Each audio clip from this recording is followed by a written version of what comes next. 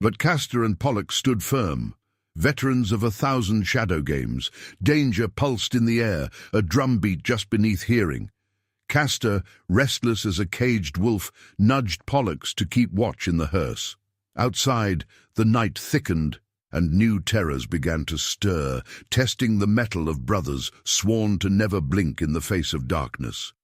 Mr. Abgel emerged at last, rolling the blue sarcophagus through a downpour that spattered runes with liquid starlight. The parking lot's harsh glare fractured on the lacquer, throwing eldritch symbols across the wet ground. Pollux splashed forward, and together, in ritual silence, they secured Atasaya's monstrous bulk inside. Velvet and silver thread cushioned the captive evil, wards humming like distant thunder. The lid snapped shut with a click that rang through the storm, sealing away both demon and dread, and branding the night with the gravity of what they'd survived. At the lot's edge, Castor stood sentinel, spine rigid, nerves drawn tight as a bowstring, and years of battle had honed his senses razor-sharp. Every flicker of shadow, every sigh of wind became a cipher in the night's code.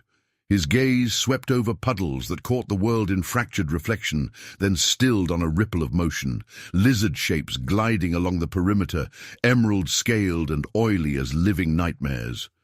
They coiled and slithered with balletic menace, claws hissing on the drenched concrete. Their slit-pupilled eyes glowed with starved malice as they circled, silent, patient, hunger and threat distilled into predatory grace. The air vibrated with warning, a storm waiting to break.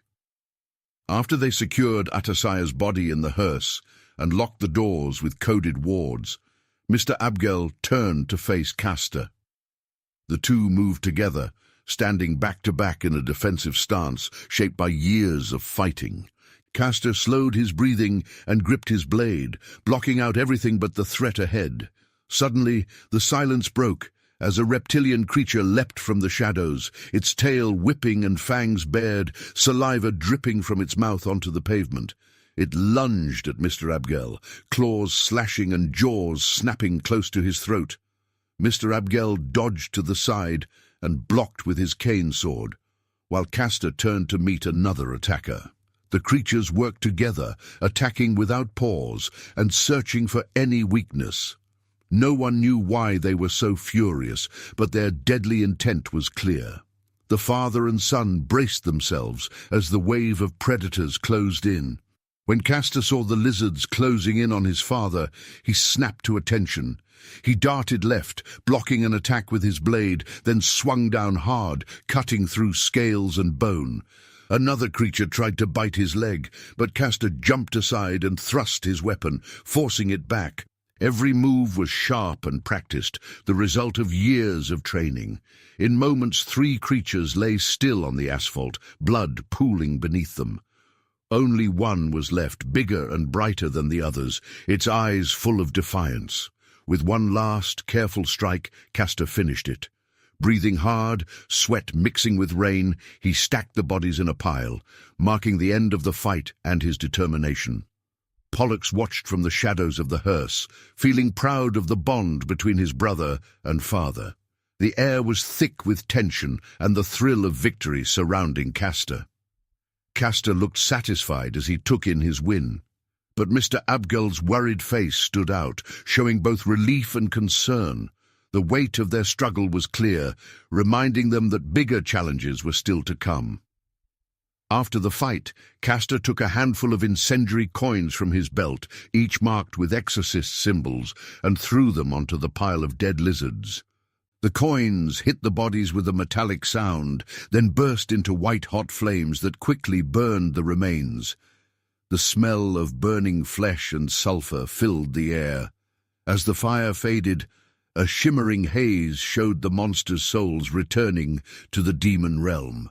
Castor wiped blood from his blade and looked up to see his father heading toward the hearse, eyes narrowed as he remembered something. "The exowombs," Mr. Abgel said. "Atasaya's 500 artificial wombs. They're still inside the hospital." He grew more determined as he thought about what could happen if they stayed there. "Pollux," Stay here and guard the casket. Castor, come with me. We won't let Atasaya's plan continue any longer." As his father and brother went into the hospital, Pollux got into the driver's seat and opened his laptop. He quickly typed, connecting to the hospital's camera feeds. Dozens of screens lit up as he searched for the exowomb lab and any possible threats inside.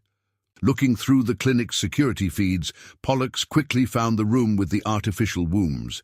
He couldn't see inside clearly because of the tinted glass, so he just told Castor where the wombs were. Using his earpiece, Pollux guided his brother and father to the lab and warned them about the ogres nearby. The tension grew as more ogres appeared on the cameras, and the danger increased as Castor and Mr. Abgel got closer to the lab. Castor looked nervously at his father, feeling the seriousness of the moment. "Pollux says Atasaya has hired ogres to guard the exowombs," he said, his voice shaking at the thought of those giant creatures in the building. He pictured their scarred skin and wild hair, and it made him uneasy. Ogres were more than just threats. They brought chaos and violence. Their presence made the coming fight feel even darker. Mr. Abgel's eyes widened as he realized what this meant. "If ogres are guarding those artificial wombs, this is serious. We have to stop production right now before the next batch is released," he said urgently, running down the dim, sterile halls. Castor hurried after him, his heart racing with every step. The air felt heavy, and every second seemed to bring them closer to disaster. "Atasaya must have been telling the truth," Mr. Abgel exclaimed, concern furrowing his brow. The fluorescent lights flickered overhead, casting erratic shadows. The smell of disinfectant lingered in the air. "He has another batch brewing in those artificial wombs. Why else would he tighten security around such a creation?" "Can you really trust Atasaya? Are we sure he told the truth about the clones in the artificial womb?" Castor asked, sounding doubtful. His eyes moved nervously, showing his uncertainty. "For all I know, they could be human babies, innocent lives he plans to use later. What if this is all part of his trap?" "Castor, stop overthinking. Now isn't the time," Mr. Abgel said firmly. "If you're not ready for what's next, wait in the hearse with your brother and keep him busy. I'll handle things." His steady confidence helped calm Castor in the tense hallway. "And let you have all the fun? No way! I've been stuck in that hearse too long," Castor said, his eyes full of defiance. "I'm not going back to watch while you fight alone. I don't care how many ogres are ahead. I'll take them all on," he said, his determination clear. His words showed his promise to be brave, a new fire inside him. But soon after they turned a corner, Castor's confidence started to fade. Several giant, green, ugly ogres stood in their way, blocking the lab entrance with their massive bodies. Their eyes glowed with a strange intelligence. They growled deeply, sending chills down Castor's spine.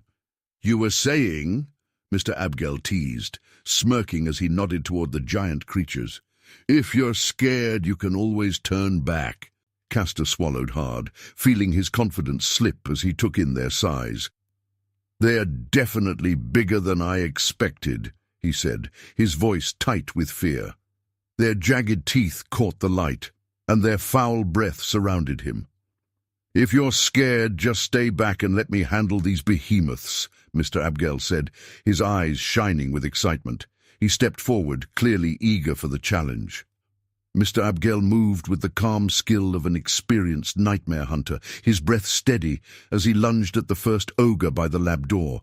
The blade of his cane sword flashed under the harsh lab lights, its edge razor-sharp and coated with venom. He sidestepped the ogre's club and drove the blade into its thigh, twisting it to spread the toxin. The ogre howled as the poison took hold, its skin paling, muscles locking, and limbs shaking. Every move was careful and quick, his eyes searching for the next threat, knowing each drop of venom and every second mattered. Bringing the fight to the remaining ogres, Mr. Abgul and Castor eliminated the creatures with sheer will and determination. As the last ogre fell, the room filled with their massive, twisted bodies, green skin veined, jaws slack, claws curled. The air still buzzed with the aftermath, heavy with the smell of iron, burnt hair and chemicals, making the horror feel even more real. "Papa, what's our plan? How do you want to handle this?" Castor called, his voice tight with urgency, echoing off the lab's glass tanks and blood-stained tiles. "Just give me a moment, my son," Mr. Abgul said, breathing hard as he pressed a bloodied hand to his ribs and leaned on a battered metal table.